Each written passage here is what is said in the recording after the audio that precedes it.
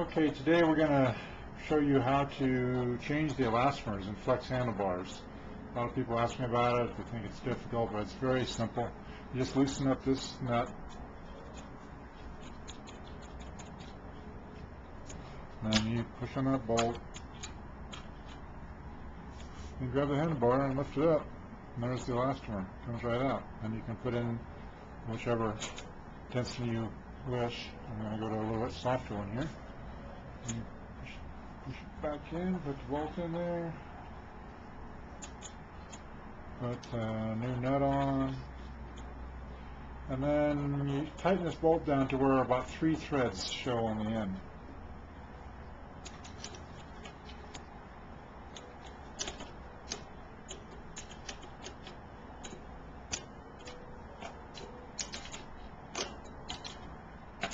Not very good with my left hand here, but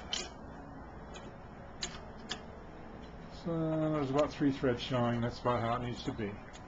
Now it's ready to go. That's all there is to it. Thank you.